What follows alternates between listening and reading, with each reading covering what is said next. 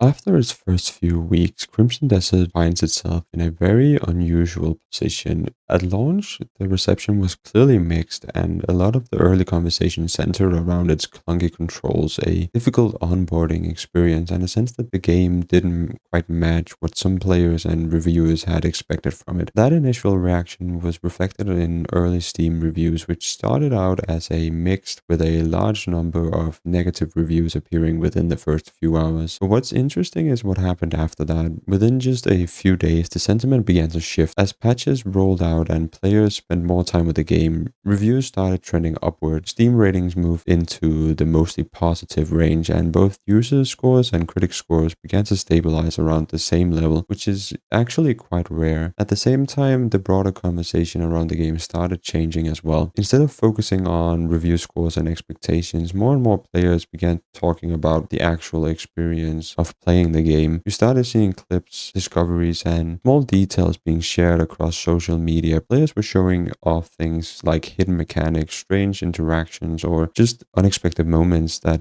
made the world feel deeper than it actually seemed initially. And that shift is very important because it suggests that Crimson Desert might be one of those games that doesn't fully reveal itself in the first few hours, but instead grows on players over time. But that also highlights a key challenge, which is time to value. In a market where many players decide within the first hour whether to continue or refund, games that take time to reveal their depth are at a structural disadvantage early on. And one of the more consistent points coming from players is that Crimson Desert takes time. The onboarding is not smooth, far from it, and it can take several hours before the systems really start to make sense. Some players have even said it's completely fair to drop the game after 3 or 4 hours if it doesn't click, but at the same time, many others argue that once it does click, the experience becomes significantly more engaging. That puts the game in what you could call an acquired taste category. It's not designed to immediately appeal to everyone. Instead, it rewards players who are willing to invest time, learn its systems, and approach it on its own terms. And that also explains why the reception has been so polarizing. What this really shows is a split between different types of players. Some prioritize immediate clarity and accessibility, while others, on the other hand, are more willing to invest time into complex systems, and Crimson Desert clearly leans towards the latter. The mixed reception doesn't necessarily come from poor quality alone, it also comes from a gap between the expectations and reality. Some players and reviewers went into Crimson Desert expecting something similar to a traditional narrative-driven RPG, similar to games like Red Dead Redemption 2 or The Witcher 3, but that's not really what Crimson Desert is trying to be. Instead, it leans much more heavily into systems, exploration, and player-driven discovery, and if you approach it with the wrong expectations, it's easy to come away disappointed. That's also where a lot of the criticism of reviews comes in. Some argue that certain reviewers just judge the game based on what they wanted it to be rather than what it actually is. And while that's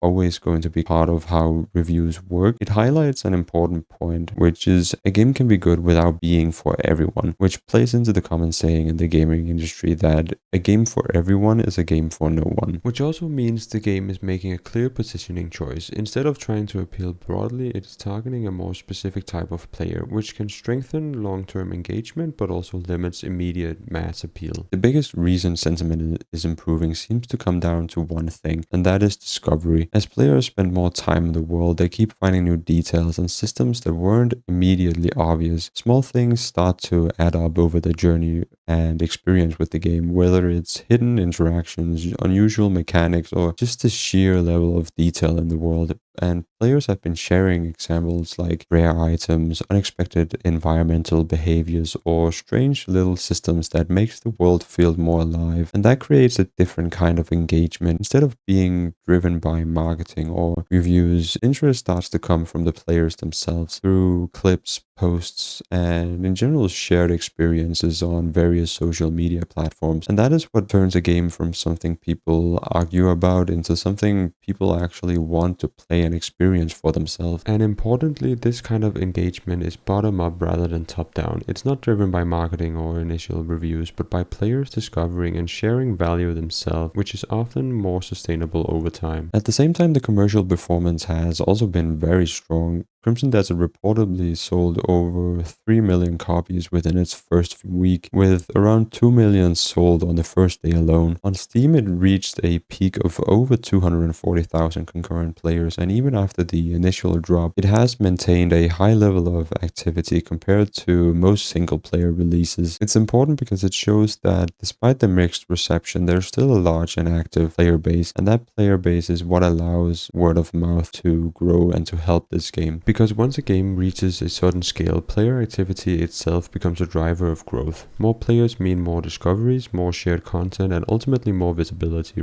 reinforcing the momentum. Another factor in the shifting sentiment is how quickly the developers have responded. Within just a few days of launch, Pearl Abyss pushed out major patches addressing a wide range of issues. This includes improvement to controls and responsiveness, adjustments to boss difficulty, and better resource systems like storage and healing, and in general quality of life updates across the game. They also made it very clear that further improvements are on the way, including additional control refinements and broader system adjustments. And even if some of these changes were likely already planned before launch, the speed of these updates sends a clear signal. The developers are actively listening to the feedback, and in a game like this, where first impressions can be very rough and the onboarding experience is important, this kind of responsiveness matters a lot. It also reflects a broader shift in the industry, where launch is no longer the final product but the starting point of an evolving experience. How a studio supports a game after release can be just as important as how it launches. So right now Crimson Desert is in a very interesting place. It didn't launch as a universally loved game. It's still rough in places, and there are real criticism that haven't disappeared, but at the same time it's showing signs of momentum and overall improvements, and that is because of a combination of trying to improve the player sentiment with strong player numbers. There is continuous ongoing patches, there's an increasing word of mouth that help promote the game, and this suggests that the game may be moving in a more positive direction over time. But momentum like this is fragile. If updates slow down or if new content doesn't maintain player interest, that positive trend can reverse just as quickly. If that trend continues, Crimson Desert could end up being one of those games that builds its reputation after launch rather than before it. And if that happens, it wouldn't just change how the game is perceived, it could redefine it entirely, from a mixed launch to a long-term success story. Now that is going to do it for me, everyone. I hope you enjoyed this video, and I would love to hear if you have already experienced the game. What do you think about it? Did you drop it after a few hours, or have you spent more time with it, and have your perception of the game grown or changed during those times? And yeah, take care, everyone.